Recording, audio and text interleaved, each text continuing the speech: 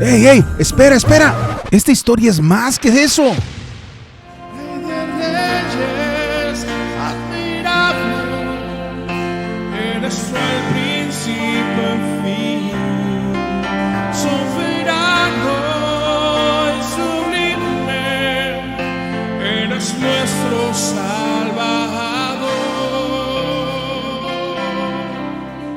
Rey de Reyes, admirable. ¿Te imaginas la sorpresa? La conmoción entre los ángeles cuando el mismo Hijo de Dios se haría como uno de esos seres humanos, imperfectos, limitados, rotos, enemigos del Creador, y pese a eso, Dios Todopoderoso nacería sujeto físicamente a todas esas limitaciones propias de la naturaleza humana y experimentaría hambre, tentaciones, soledad, cansancio y todo eso, y al final moriría una muerte sangrienta para así rescatar a muchos que estaban muertos espiritualmente y vivían enemistados con Él. ¿Lo logras imaginar? Y es que cuando Satanás, que fue hecho de lo más bello, se rebeló contra el Creador, fue inmisericordiamente expulsado de su lugar con Dios. Pero cuando el hombre, que fue hecho del polvo del barro, se rebeló, Dios le extendió su gracia a través de Jesús y creó un camino para su salvación y reconciliación con Él. ¿Te imaginas el golpe al ego de Satanás? El sello de la perfección de Ezequiel 28 fue expulsado y el que fue hecho del polvo del barro fue reconciliado. El ser más sublime fue despreciado y el que no tenía nada hermoso en sí mismo fue escogido. A lo largo de la historia, Dios ha revelado constantemente que no depende de quien quiere, de quien corre o de quien se esfuerza, que no depende de méritos o de cualidades, sino exclusivamente de la soberana decisión de Él. Esa es la gracia.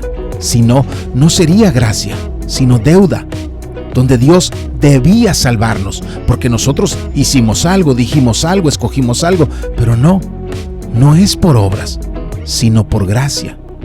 Y si fue por gracia, significa que no lo merecíamos. Por méritos, Satanás lo merecía más que nosotros. Sus credenciales nos opacarían, su belleza, su currículum, su influencia, su astucia. Por eso, la gracia es deliciosa, porque nos amó sin merecerlo. Pero estoy convencido de algo. No había belleza, méritos o habilidades en la suma de toda la creación que estuviera a la altura del valor de la sangre del Hijo de Dios. Pero solo esa sangre podía reconciliarnos con el Creador, y Dios decidió hacerlo. Por eso, la conmoción angelical al observar que el plan de Dios anunciado por los profetas estaba por cumplirse. Y piensa esto: en Cristo fue creado todo. Por medio de Cristo fue creado todo. Para Cristo fue creado todo. Y en Cristo todo subsiste. Juan 1 dice que todas las cosas fueron hechas por medio de Él, y sin Él nada de lo que ha sido hecho fue hecho. ¿Te imaginas el impacto en el mundo angelical cuando les fue dado a conocer que había llegado el momento de que el Creador y sustentador de todo se hiciera carne como cualquiera de nosotros? Por eso, cuando el apóstol Pedro escribió acerca de la salvación en su primera carta, nos regaló una frase muy interesante. Él nos dijo que esas son cosas a las cuales los ángeles anhelan mirar. La Nueva Traducción Viviente dice: todo es tan maravilloso que aún los ángeles observan con gran expectación cómo suceden estas cosas. Y es que Dios se hizo hombre y nació débil, pobre y vulnerable. No se puede hablar de la Navidad sin recordar esos detalles. Pero pese a sus limitaciones humanas, siguió siendo Dios, y por eso merecedor de la alabanza eterna del coro de ángeles, que también irrumpieron en la escena humana y cantaron canciones al Señor. Por eso tampoco se deja fuera la presencia de los ángeles anunciando el nacimiento de aquel niño. Lee conmigo Lucas capítulo 2, versículos 13 y 14.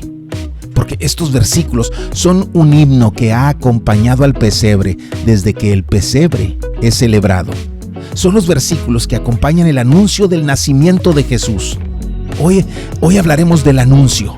Leamos: de repente apareció con el ángel una multitud de los ejércitos celestiales, una multitud alabando a Dios y diciendo: gloria a Dios en las alturas y en la tierra paz entre los hombres. Y aquí suelen cortar el versículo, como que es un anuncio de paz universal, pero el versículo es explícito. La paz será para aquellos en quienes Él se complace. Pon atención al mensaje bíblico, porque esos versículos no solo son el anuncio del niño que ha nacido, también anuncian nuestra necesidad más honda. El ser humano no tiene paz con Dios, y al no tener paz con Dios, no puede experimentar la paz duradera. Y esos versículos no solo recuerdan nuestra necesidad, también anuncian el propósito de ese niño recostado en aquel pesebre. Entonces, estas palabras no solo anuncian un nacimiento, también predicen una muerte, una que llevaría a hombres carentes de paz a conocerla. Romanos 5:1 dice: justificados pues por la fe, tenemos paz para con Dios por medio de nuestro Señor Jesucristo. Ese bebé en ese pesebre. Y aquellos a quienes Él salvó han cambiado de apetitos, y lo que antes era una búsqueda constante de su propia gloria, hoy, pese a tropiezos y errores, es un anhelo de que Dios sea glorificado. Gloria a Dios en las alturas. Una glorificación que asciende. Le proclamamos gloria, le anunciamos gloria, le reconocemos gloria. Todo lo que hacemos, incluso comer o beber, todo es para su gloria. Eso asciende, eso va hacia Dios. Pero hay algo que desciende. En la tierra, paz entre los hombres en quienes Él se complace. Más allá del pesebre, más allá de su nacimiento, la muerte de aquel niño que hoy nace nos convertirá en instrumentos para la gloria de Dios y recipientes de su paz. Gloria y paz, los dos términos centrales de esta breve canción, son asuntos que el hombre pudo conocer en la creación: la gloria de Dios y la paz con Él. Pero en un momento tonto de desobediencia y rebelión, Adán y Eva decidieron vivir para la gloria de la creación en vez de para la gloria de Dios. Hubo algo en la creación que ellos amaron más que a Dios, y desde ese momento horrible se ancló a nuestra alma ese apetito de gloria. La gloria de Dios es el primer concepto de ese anuncio, es el primer asunto. Ya hemos hablado de cómo el hombre natural vive para sí. Pero pensemos por un momento en los que hemos sido redimidos, los que ya tenemos una relación con Dios a través de Jesucristo.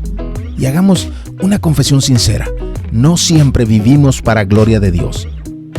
Hay otras glorias que compiten contra esa gloria en nuestras almas. Vas conduciendo, tienes prisa, el tráfico se pone lento, el de enfrente está distraído, hay otros conductores que te hacen perder la paciencia y quizás tu automóvil comienza a fallar. Y luego, ¿me vas a decir que tu primer pensamiento, que tu reacción inmediata fue que Dios sea glorificado en esto? Quizás ni siquiera pensaste en la gloria de Dios en medio de todo eso. Ni siquiera consideraste que todo eso puede ser un recuerdo de que pase lo que pase, Dios siempre está en control. Que haberlo pensado te hubiera dado un instante para disfrutar su compañía y deleitarte un momento con Él. Pero el tráfico nos lo robó. ¿O me vas a decir que rompiste en alabanza? No lo creo. Solemos olvidarnos de la gloria de Dios en lo cotidiano y vamos por nuestros días buscando otras glorias personales. No queremos llegar tarde porque nosotros somos puntuales. Se trata de nosotros. o vamos a perder un cliente, un bono, una oportunidad. Nosotros. Y cuando ya lo hemos meditado muchas veces, de nuevo entran apetitos que nos dicen, ¿y entonces para qué ser responsable si Dios puede ser glorificado, incluso si llego tarde? Y de nuevo, una vida que debía ser para la gloria de Dios, vive para servirse a sí misma. Pero ahora, bajo el falso pretexto de que tengo a Dios en mente, solo para no cumplir con mis deberes cotidianos, siendo testimonio de quién es Dios. Cada pecado tiene en su raíz un intercambio de la gloria de Dios por algún otro tipo de gloria en lo creado, y terminamos robando la gloria que era solo de Dios, porque somos ladrones de gloria. Romanos 1, 21 al 23 dice, pues aunque conocían a Dios, no está hablando de gente que no sabe de Él, sino de aquellos que lo conocían y que pese a conocerlo, no lo honraron como a Dios. Quizás le dieron honra, pero no una que estuviera a la altura del Dios creador de todo, ni le dieron gracias. Hay mucha gente malagradecida con el Señor, que abraza con alegría todo lo que Dios da, pero luego actúa como que lo consiguieron por ellos mismos. Te recuerdo que está hablando de los que habían conocido a Dios, y de ellos sigue diciendo, sino que se hicieron vanos en sus razonamientos y su necio corazón fue entenebrecido. Profesando ser sabios, se volvieron necios. Decían ser algo muy diferente a lo que de verdad eran. Se creían ser algo distinto que aquello que en verdad eran. Versículo 23, y cambiaron, sustituyeron la gloria del Dios incorruptible por algo en la creación. Algo de lo creado ocupó el lugar de Dios. Pero escucha esto, eso nunca te dará paz interior, nunca te dará satisfacción verdadera. Eso es algo muy espiritual, pero a la vez muy intrínseco en nuestra alma humana. Fuimos hechos para vivir en armonía con nuestro Creador, disfrutando de su compañía y siendo testigos de su gloria. Solo es en ese contexto que experimentamos esa paz que excede todo conocimiento. La paz es compañera y derivada de la gloria de Dios. Cuando el hombre perdió acceso a la gloria divina, perdió también su paz. Nuestra esperanza es recuperar esa relación con Dios y también tener así acceso a esa paz. Paz es el segundo asunto de ese anuncio. En la tierra, paz entre los hombres en quienes Él se complace. Una paz que nace de Dios siendo glorificado. Una paz que nace en el contexto de una amistad cercana entre la creación y su Creador. La paz en el pensamiento bíblico no es solo la ausencia de guerra, hostilidad o conflicto, como suele entenderse en nuestro lenguaje, sino más bien bienestar o tranquilidad integral al margen del entorno. En hebreo se usa el término shalom, que comparte su raíz lingüística con shalem, que significa completar, retribuir, compensar. Shalom es un estado mental, emocional y espiritual sin estrés, sabiendo que todo está en orden, que todo está funcionando como debería. El saludo judío hasta hoy es Shalom Aleichem, la paz sea contigo. Y Cristo mismo lo usó con sus discípulos probablemente varias veces, como era costumbre de su pueblo. Pero en la Biblia se registra al menos una ocasión en que lo dijo, y sucedió después de la resurrección, según lo registra Lucas 24:36. ¿Y sabes qué sigue después de que alguien te dice buenos días? Una respuesta similar. Y lo mismo es en hebreo. Cuando alguien te dice Shalom Aleichem, la respuesta esperada, al menos por cortesía, es Aleichem Shalom, contigo sea la paz. Pero cuando Cristo les saludó así, Lucas nos dice que ellos después estaban aterrorizados, asustados y pensando sandeces porque tenían dudas en sus corazones. Pero tan pronto como comprendieron las Escrituras, ese mismo capítulo cierra con los mismos discípulos, llenos ya no de miedo, sino de gozo, alabando a Dios siempre. Y a partir de ahí, y pese a las persecuciones, los padecimientos, las privaciones, ellos disfrutaban de paz, no porque no hubiera conflicto, sino porque alguien más grande que todo conflicto les había prometido en Juan 16:33, estas cosas les he hablado para que en mí tengan paz. En el mundo tienen tribulación, pero confíen, yo he vencido al mundo. A veces el día es triste, pero confía. A veces hay nubarrones, pero confía. A veces pruebas el dolor de la enfermedad o percibes el olor de la muerte, pero confía. A veces el panorama es caótico, pero confía. Cristo venció. Podemos tener paz en medio de la tormenta, pero es nuestra dependencia en nosotros mismos lo que nos acarrea ansiedad, frustración, miedos, desánimo, desesperanza. Nuestros corazones luchan, nuestra mente no descansa porque no tenemos paz. Viajemos de nuevo al principio. Hay algo que quiero mostrarles, porque hubo un momento trágico en aquel huerto en el Edén, cuando al fresco del día, en hebreo dice, al tiempo de la brisa del día, Adán y Eva escucharon los sonidos de Dios paseándose en el huerto, disfrutando de su creación. En hebreo se usa una expresión que denota que el sonido se hacía cada vez más fuerte, lo que significaba en ese contexto que Dios estaba cada vez más cerca, y cuando Dios se acercó, ellos se escondieron, Dios queriendo amistad con el hombre, pero el hombre alejándose de él. Leámoslo. Y oyeron al Señor Dios que se paseaba en el huerto al fresco del día. Entonces el hombre y su mujer se escondieron de la presencia del Señor Dios entre los árboles del huerto. Pero el Señor Dios llamó al hombre y le dijo, ¿dónde estás? A ver, ¿qué no Dios lo sabe todo? ¿Acaso no sabía de la desobediencia de ellos y de dónde estaban escondidos? Muchas personas se confunden cuando no entienden a Dios interactuando con el hombre y desde el contexto humano, guiándole a conocerle. El video anterior mencioné sobre las antropologías. ¿Alguna vez has visto a un hombre adulto hablando con un bebé o alguna mascota? Hace esos sonidos raros o esas frases cortas, ¿no? No porque su intelecto esté trabajando a máxima capacidad, sino porque quiere darse a entender a un ser con menos capacidades que él. Cuando Dios le preguntó eso a Adán, no es diferente de cuando en el siguiente capítulo preguntó a Caín por Abel.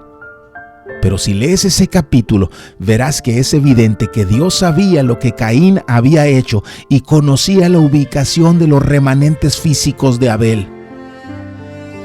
No es que aquí Dios no sepa dónde está Adán, sino que es Adán el que aún no tiene idea en dónde está. Adán es el perdido. Pero mira esto que sigue. Y él respondió, te oí en el huerto.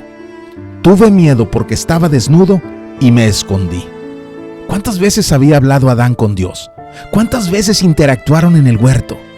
Pero algo cambió. El hombre ahora es esclavo del miedo. ¿Sabes de qué tenía miedo Adán? Tú me dirás, ahí lo dice, Adán tenía miedo porque estaba desnudo. Pero yo te responderé, no fue así. No estoy contradiciendo la narración bíblica, Dios me ampare, pero lee conmigo esa última frase de nuevo. Tuve miedo porque estaba desnudo y me escondí. ¿Sabes cuál es el problema aquí? Que Adán ya no estaba desnudo. Un versículo antes de lo que tenemos aquí dice esto, pero antes de leerlo, el hombre, Adán y Eva, acaban de desobedecer y esto sucede después.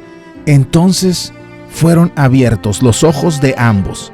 Quiere decir que tomaron conciencia de algo y conocieron que estaban desnudos y cosieron hojas de higuera y se hicieron delantales. Y es después de coserse esos delantales de higuera que escucharon a Dios en el huerto, pero ya no están desnudos, ya se hicieron su ropita. El miedo de Adán no era por su desnudez. El miedo de Adán era porque su esfuerzo por cubrir su desnudez no le trajo tranquilidad. Seguía sintiéndose desnudo debajo de su propio esfuerzo. Quiero que entiendas esto. Hagas lo que hagas, te esfuerces lo que te esfuerces, nunca lograrás restablecer tu relación con Dios por tus propias acciones. Por eso es que no importa cuánto hagas, cuánto tengas, cuánto logres, nada de eso te da paz duradera. Solo son delantales de hojas de higuera que no lograrán cubrir tus verdaderas necesidades, que no lograrán encubrir tu verdadera condición. Fue hasta después del versículo 21 cuando el hombre dejó de sentirse desnudo.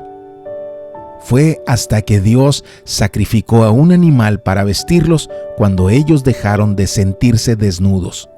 Porque no importa dónde estés, cómo estés, lo único que puede redignificarte, reconstruirte, recuperarte la paz y la relación con Dios es el sacrificio de Cristo anunciado en ese versículo. Tu paz no depende de tus esfuerzos, sino de lo que Dios puede hacer por ti. Y su trabajo en la cruz es lo único que necesitas para ser salvo. Tu esfuerzo no ayuda y tampoco satisface, pero Él lo hizo todo por salvarte. Y a través de Él podemos recuperar nuestra relación con aquel que merece ser glorificado y que al glorificarlo encontramos nuestro mayor y más grato estado de paz.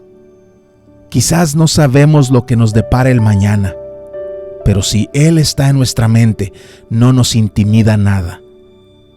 No porque seamos fuertes o invencibles, no porque seamos sabios o experimentados, nuestra paz es porque tenemos una relación cercana con aquel que gobierna sobre todo y Él nos lleva de la mano.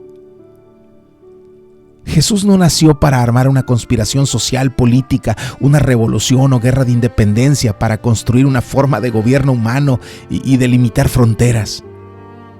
Jesús no nació como proyecto central de una misión educativa en la que Dios corregiría nuestras perspectivas acerca del mundo y de sus cosas.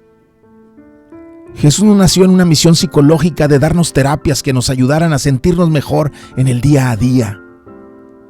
Jesús no nació como un esfuerzo religioso para asegurarse de que siguiéramos ciertos protocolos de liturgia, de vestimenta, de rituales. Muchos creen que de eso se trata la llegada del Hijo de Dios. Pero aquel pesebre nos anuncia una misión mucho más radical, mucho más fundamental, y si no entiendes el anuncio, no comprenderás la misión. Tenemos un problema de gloria y tenemos un problema de paz, lo que significa que tenemos un problema en el corazón. Nuestros verdaderos problemas no están en nuestras relaciones, no están en nuestras necesidades, no están en nuestros trabajos, no están en nuestras casas, no están en nuestras situaciones. Nuestros problemas son porque hay algo roto en nuestro corazón. En el Salmo 51, a mitad de su confesión por sus pecados, David levanta este clamor: crea en mí, oh Dios, un corazón limpio y renueva un espíritu recto dentro de mí. Él lo había entendido. El problema está en lo que existe en nuestro corazón. Por eso las profecías que anunciaban de la llegada de Cristo eran claras. Dios nos daría un corazón nuevo y nos pondría un espíritu nuevo, para que entonces muchos de esos que antes vivían para sí mismos, buscando sus propias glorias, puedan experimentar el vivir para la gloria de Dios y encontrar en eso una paz que permanece. Aunque es correcto decir que Cristo nos salvó de las consecuencias del pecado, también es apropiado y necesario decir que Él nos salvó de nosotros mismos, porque el pecado es solo un acto que emana de esa semilla que se llama egoísmo. Cuando leemos el anuncio del niño que nació, debemos recordar para qué vino. Gloria, a Dios en las alturas y en la tierra paz entre los hombres que Él se complace. Rey de reyes, admirable, eres tú el principio y fin, soberano y sublime, eres nuestro Salvador.